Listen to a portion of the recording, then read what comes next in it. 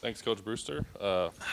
These are the beat guys, the guys that are here every day. So I'll start the first one, just how your first couple months in Boulder have been, and then we'll open it up to some questions. Well, it's been a wonderful couple of months, and coming off of a tremendous season with Coach Prime at Jackson State, and coming to the University of Colorado, which I'm very familiar. I used to coach for the Denver Broncos. My middle son was recruited by the University of Colorado, and I was at the University of Texas. We came here to play the University of Colorado, so I'm very familiar with Ralphie and all the different things that make the University of Colorado a very special place. It is obviously a beautiful place, but what we have to do, and what I'm so excited, the process has begun on bringing the Colorado Buffs back to relevance in college football. That's absolutely critical. We're here to win. I'm here to win. Coach Prime is here to win. We're here to win now. It's not a rebuilding process. This is a process that we are attacking on a daily basis and trying to make this program great again. Bill McCartney's a tremendous friend of mine. His son Mike lived with me when he was at the University of North Carolina as a GA. I was there as a coach, and I just have so much respect for Coach McCartney and what he accomplished here at Colorado, and I'm just looking forward to doing my part in helping make the Colorado Buffs the type of team that the state of Colorado can be very proud of. Coach Brian Howard from the Boulder Daily Camera. You've been a head coach. Most of these guys we've talked to today have been head coaches. How much does that help that you guys have so much experience, but in that type of role? I've been amazingly blessed to have coached at every level: high school, college, the National Football League, been a head coach. And next season's going to be, I believe, my 37th year, as a coach. And it benefits me to having stood before the team, talked to the team. Experience is invaluable. It really is. And the number one prerequisite that a coach has to bring, and I think the experience, what you're asking, truly helps that, is energy. Positive energy on a daily basis, energy and expertise. And if you can combine those two things and really translate that to the kids, the energy, and my obligation is expertise to be able to teach these guys at a level that maybe they haven't been taught before. But the experience plays a huge part in that. I can impart some things with Coach Prime. He's an amazing leader, but I think the accumulation of all the experience that we have on the staff is certainly going to be beneficial for us as we get into this year. Hey, Coach. Jake Schwan at DNVR Sports. I'm just curious, in your time, you've been a pretty accomplished recruiter. What do you think makes you such a good recruiter and able to relate to these kids? I'm about relationships and relating to kids and talking to them on a level that they can understand. The whole key in recruiting is, okay, you're going to make a phone call, right? You're calling a recruit, and is that recruit looking forward to your phone call? Is he freaking jacked that Coach Brew is getting ready, is on the other line calling him? And you really strive to build that type of relationship with kids and build a relationship that's on a level away from the game. Truly getting to know a kid, as a human being, and letting them know. I think the whole key to success as a coach is making sure your players understand that you genuinely care about them. You genuinely care about them, their families. If they believe you genuinely care, they're going to give you their heart and soul.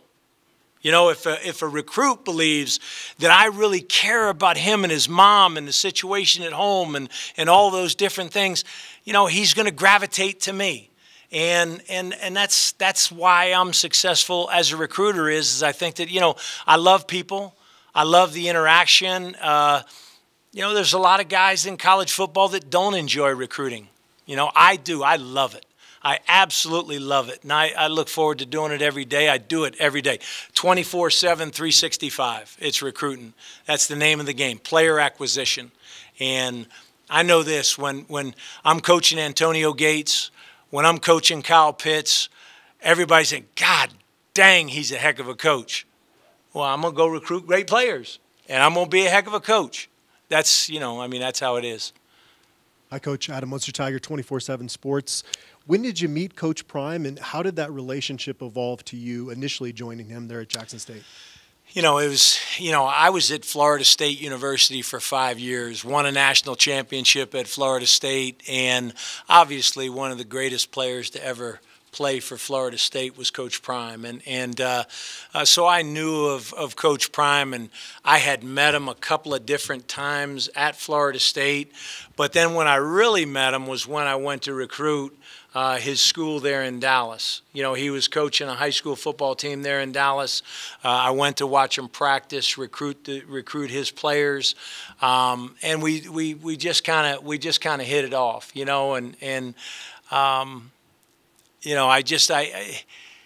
have to gravitate to a guy like Coach Prime and his personality. But the thing that really, guys, really gets me fired up about this guy is truly his overall football intellect. Okay, he's got tremendous football intellect, and not just, defensive back play, but he really sees the big picture.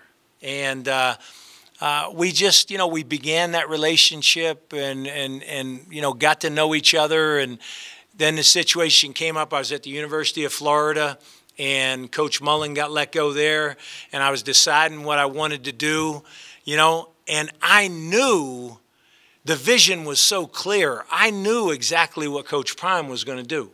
He was going to go to Jackson State. He was going to win. He was going to win big, and he was going to have opportunities to go to a Power 5 school. I think,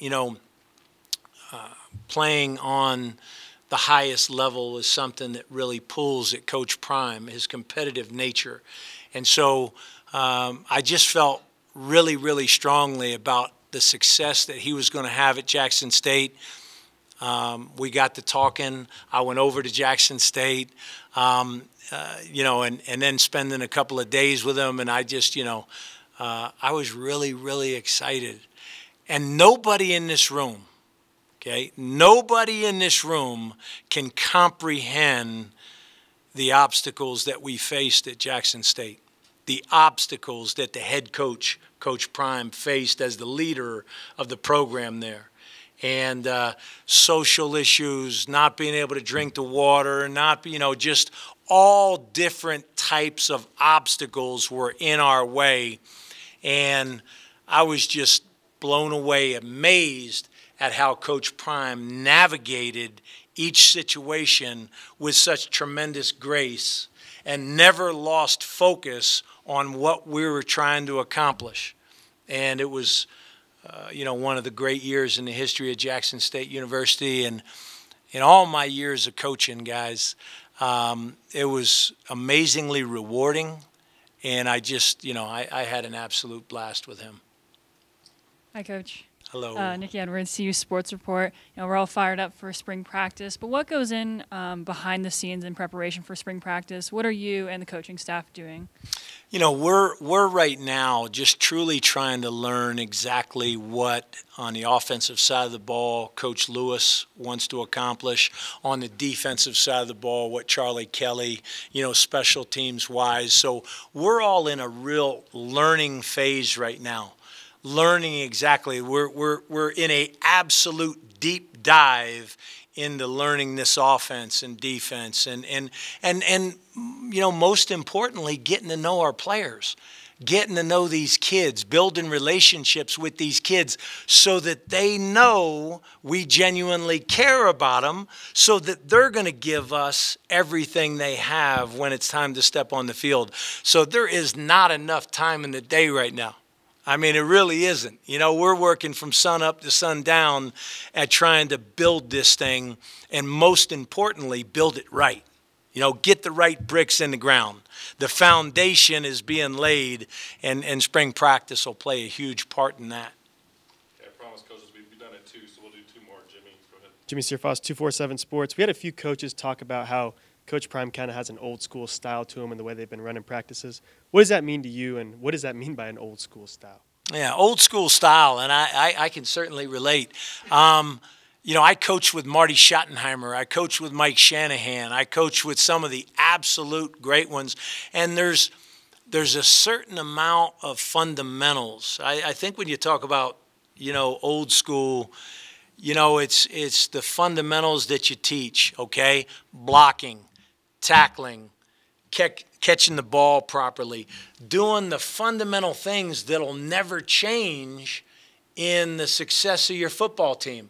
And Coach Prime, Coach Prime was coached by, maybe one of the greatest tough, hard-nosed coaches. If there's one guy in Coach Prime's life that has made an amazing impact, it's Mickey Andrews at Florida State University, longtime defensive coordinator, and it was as hard and as tough.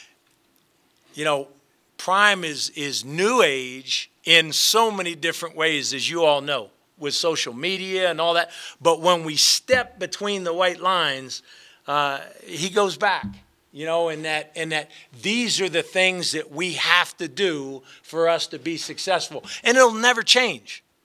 Things will never change, and so he'll adapt and do the things, but he'll never forget, where he came from. And I know always in Coach's ear, Mickey's talking to him. You got to keep your eyes up, keep your head up when you're tackling. Do the thing. We have to, if you're going to be a good tackler in the game, you better practice tackling. And those are things I think sometimes coaches get away from the fundamental things, and I think that's what Prime is really. That's what Coach Prime is really all about, is the fundamental things. So, Coach, you mentioned, and I'm glad you brought that up, because there's a fine, it's tricky trying to draw that line between old school discipline and social media. Right. You were kind of in the middle of that. You were seen in a video. You guys have been very upfront about some of the behind-the-scenes stuff. Right. Where some guys, you were very loud and very vocal with them. I'm wondering what kind of feedback you got from that and how mixed it was, because I think a lot of us in this room got mixed responses and got some parents saying, "Yeah, I love that." Some parents saying, "Yeah, I don't." But are you referring to my welcome to the team? Welcome to the stand up, sit down. Yeah, absolutely. A little bit of the Full Metal Jacket bit. Absolutely, and it's been wonderful. It really has, and I think that the Colorado Buff people are so want to win. They're so, I think, it's time to win again, and to win, you have to have amazing pride in the name on the front of your jersey and the name on the back of your jersey, okay? And when I asked the team to stand up, I didn't sense a tremendous, stand up with the pride that you're representing the University of Colorado. I didn't sense that, okay? And I wanted those players to feel, I'm proud to be a Colorado Buff, okay? And for us to turn this thing and win, it's going to take tremendous player pride. Stand up with your head up and your shoulders back and be excited about where you are. We're not walking softly, okay? We're bringing it with every single thing we got, okay? And, there's certain people that maybe, I love the game so much. I love the game so much, and the game deserves to be rewarded by how we do things and how we carry ourselves. I believe if you love football, football's going to love you back. So I don't know. You guys tell me. There's some people that all I know is this: is that I, Tim Brewster, am going to pour every ounce of everything I got into making this program great again. And if our players and every other coach responds the same way, we're going to win. What Coach Prime said, we're coming. I'm waiting to say we're here. That's a great place to end it. Thanks, Coach. Appreciate the time.